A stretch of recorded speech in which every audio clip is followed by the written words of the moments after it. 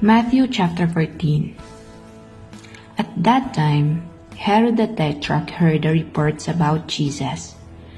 And he said to his attendants, "This is the John the Baptist.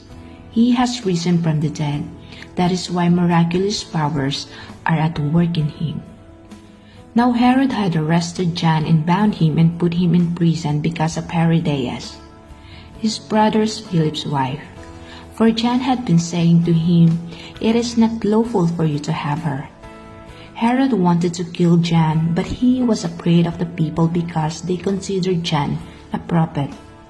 On Herod's birthday, the daughter of Herodias danced for the guests and pleased Herod so much that he promised with an oath to give her whatever she asked. Prompted by her mother, she said, "Give me here on a platter the head of John the Baptist." The king was distressed, but because of his oath and his dinner's guest, he ordered that her request be granted, and had John beheaded in the prison. His head was brought in on the platter and given to the girl, who carried it to her mother. John's disciple came and took his body and buried it. Then they went and told Jesus. When Jesus heard what had happened, he withdrew by boat privately to a solitary place. Hearing of this, the crowds followed him on foot from the towns. When Jesus landed and saw a large crowd, he had compassion on them and healed their sick. As evening approached, the disciple came to him and said, "This is a remote place, and it's already getting late. Send the crowds away so they can go to the villages and buy themselves some food." Jesus replied, "They do not need to go away. You give them something to eat." "We have here only 5 loaves of bread and 2 fish," they answered. "Bring them here to me," he said. And he directed the people to sit down on the grass. Taking the 5 loaves and the 2 fish, and looking up to heaven, he gave thanks and broke the loaves. Then he gave them to the disciples, and the disciples gave them to the people. They all ate and were satisfied.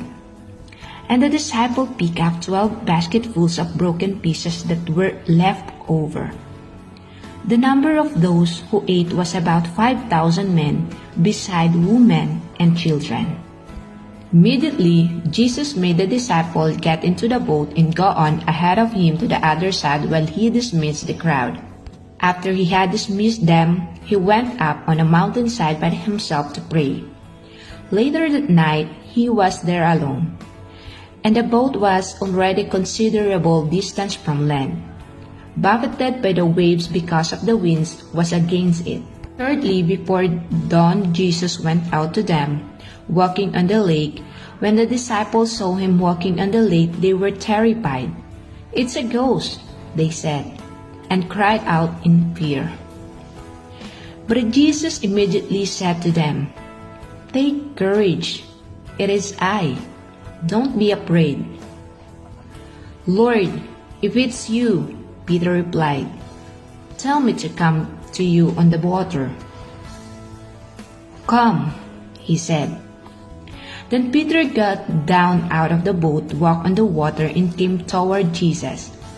But when he saw the wind, he was afraid and beginning to sink, cried out, "Lord, save me." Immediately Jesus stretched out his hand and caught him. "You of little faith," he said, "why did you doubt?" And when they climbed into the boat, the wind died down. Then those who were in the boat whispered him, saying, "Truly, you are the Son of God." When they had crossed over, they landed at Gennesaret. And when the men of that place recognized Jesus, they sent word to all the surrounding country. People brought all their sick to him, and begged him to let the sick just touch the edge of his cloak, and all who touched it were healed.